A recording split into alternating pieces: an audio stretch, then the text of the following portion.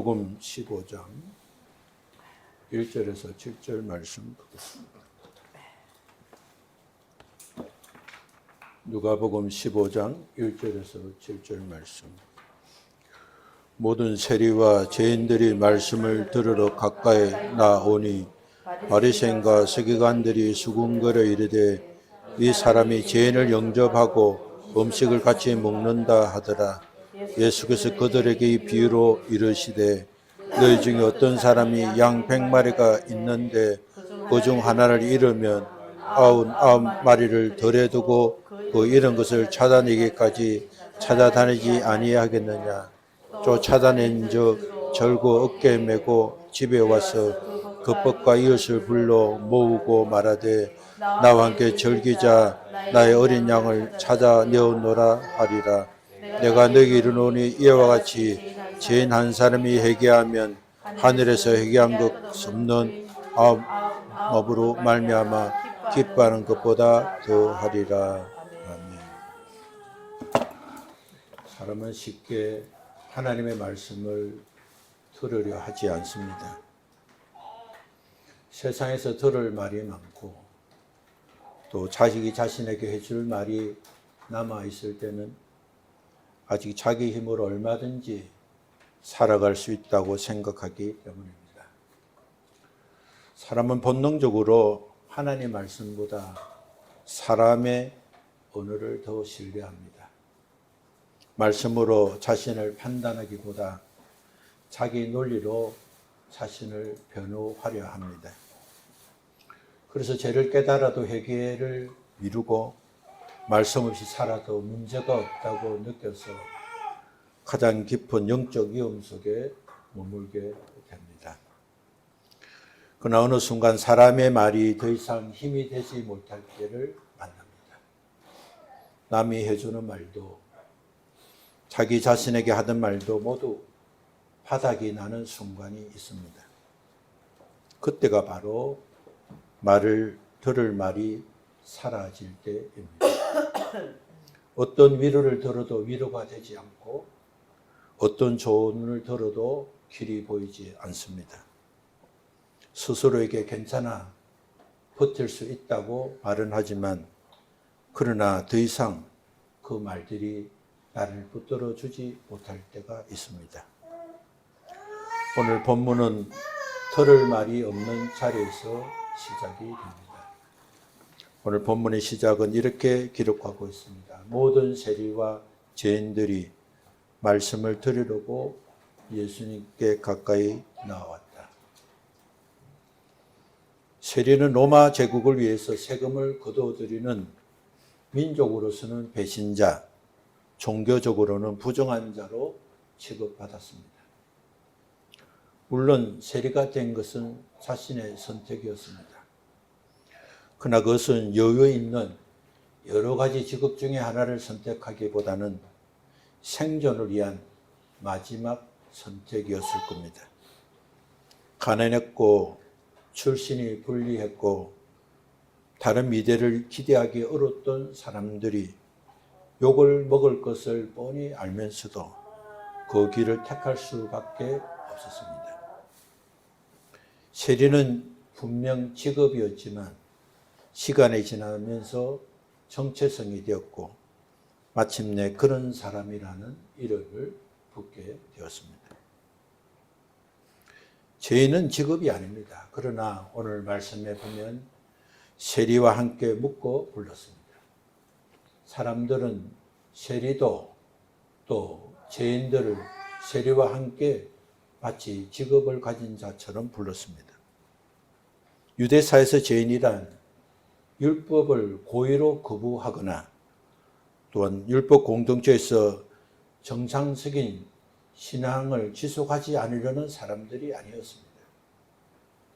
그들은 그들의 옳은 행편 때문에 신앙의 공동체에서 외면을 당하고 쫓김을 당하는 사람들이 많았습니다. 율법은 종교 규칙만이 아니라 삶 전체를 규정하는 기준이 되었습니다. 무엇을 먹는가, 어떻게 심는가, 어떤 옷을 입는가, 시간과 돈과 병과 출산, 노동과 신까지 모두가 율법과 연관이 되었습니다. 그래서 율법대로 정결을 지키는 것은 매우 어려웠습니다. 정결은 지금 이 사람이 하나님 앞에 설 수 있는가의 문제였습니다. 그러나 정결은 마음먹으면 지킬 수 있는 상태가 아니었습니다. 정결을 유지하려면 깨끗한 물을 구해야 했고, 또 정결한 음식이 있어야 했고, 또 갈아입을 옷이 있어야 됐고, 시간과 또 정결을 위해서 쉬어야 할 여유가 필요했습니다. 가난한 사람에게 정결은 신앙의 문제가 아니라 생존의 문제가 되었습니다. 살다 보면 부정한 사람을 만나게 되고, 또 시신을 만질 수밖에 없고, 또 자신도 원하지 않는 병에 걸렸지만 쉴 수 없는, 그래서 부정한 사람으로 여김을 당하고 말았습니다. 많은 죄인들은 율법을 무시해서가 아니라 율법을 지킬 수 없는 조건 때문에 죄인으로 불리게 된 사람들이었습니다. 죄인은 처음에는 상태였지만 반복되어 이름이 되었고, 마침내 저 사람은 원래 저런 사람이라고 불려졌습니다. 모든 세리들과 죄인들이 예수님께 가까이 나아왔습니다. 그들이 예수님께 가까이 나온 것은 더 이상 들을 말이 없었기 때문입니다.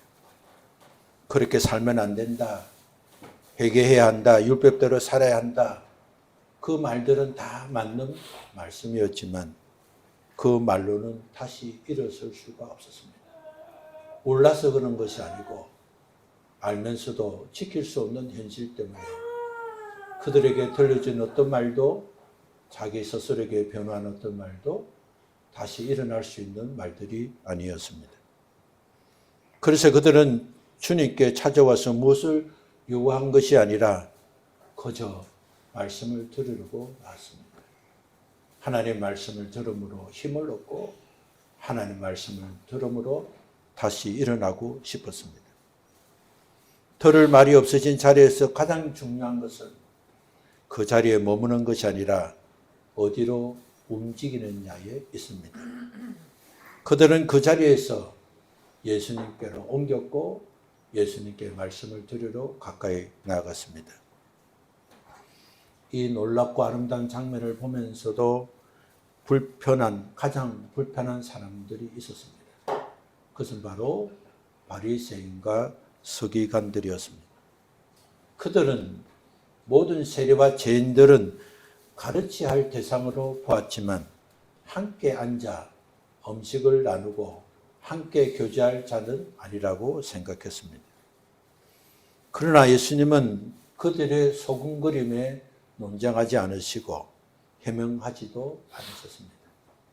왜냐하면 예수님은 죄인을 설명하러 하신 것이 아니라 회개가 무엇인가를 말씀하기 위함이었습니다. 그래서 예수님은 그들에게 잃어버린 양의 비유로 말씀을 주셨습니다.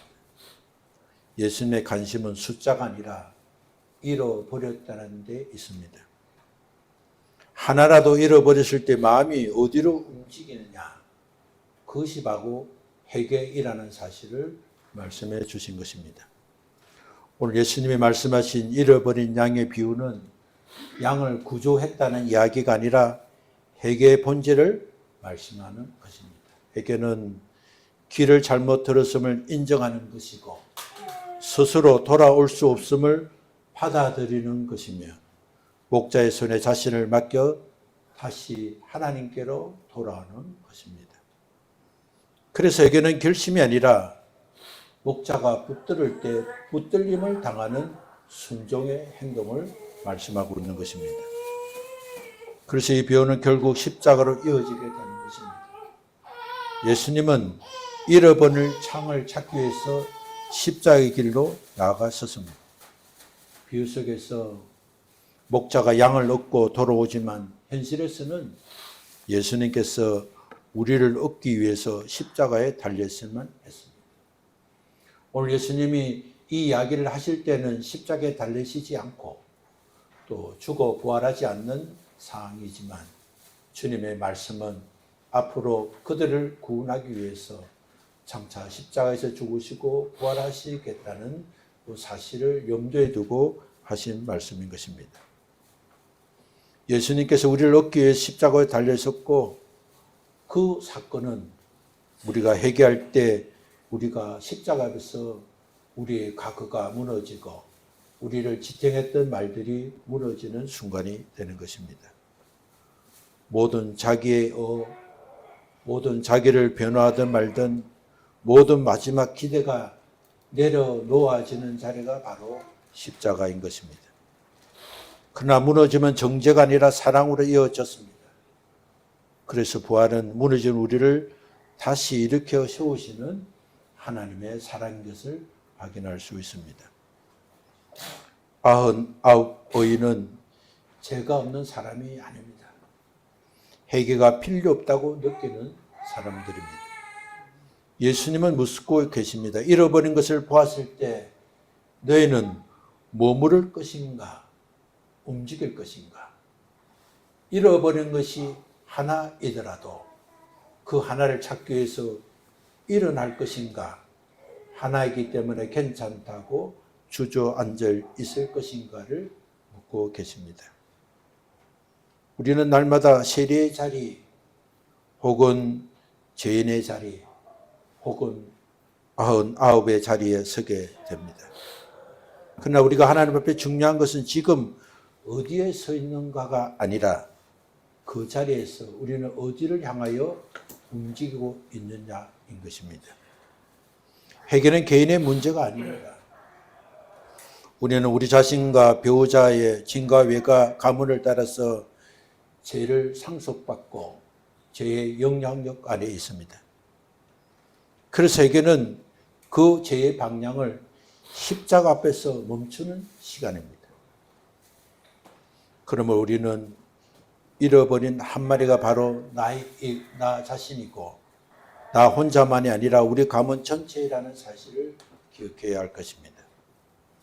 스스로 돌아올 힘도 변명으로 버틸 어떤 말도 더 이상 남아있지 않을 그때가 바로 사람의 말들을 거부하고 사람의 말과 자신의 위로가 아무 소용이 없다는 사실을 발견될 그때에 내게 잃어버린 것을 찾기 위해서 회개하는 자가 하나님의 은혜의 삶으로 돌아오게 되는 것입니다. 자기 설명의 말이 멈추는 순간이지만 하늘에서는 잃어버린 자가 돌아왔다는 이유로 기쁨이 드러나는 순간이 되는 것입니다. 사람의 말이 끝나는 자리에서 하나님의 은혜의 말씀이 시작하고 우리의 침묵 위에 하늘의 한우가 울려 퍼지게 됩니다. 오늘 우리가 그 회개의 자리로 돌아갈 때 하늘에서는 지금도 기쁨의 소리가 울려 퍼지게 될 것입니다. 이 좋고 행복한 은혜가, 이 아름답고 복된 은혜가 우리 모두에게 충만하기를 예수님의 이름으로 축원합니다. 우리 함께 일어나서 기도하겠습니다. 하나님 감사합니다.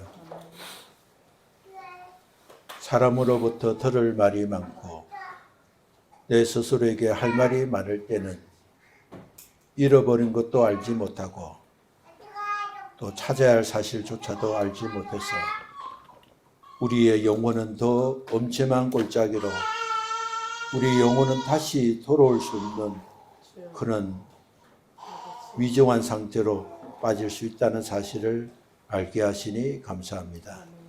많은 것을 가졌지만 거기에 머물지 않고 잃어버린 것을 찾게 하셔서 하나님의 사람으로 하나님의 사명으로 잘 감당하고 복을 누리는 귀한 주의 자녀들이 되게 하여 주옵소서.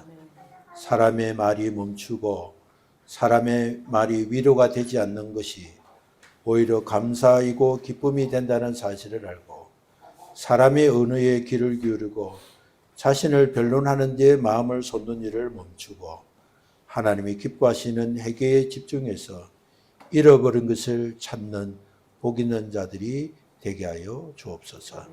우리 주 예수님 이름으로 기도합나이다. 아멘.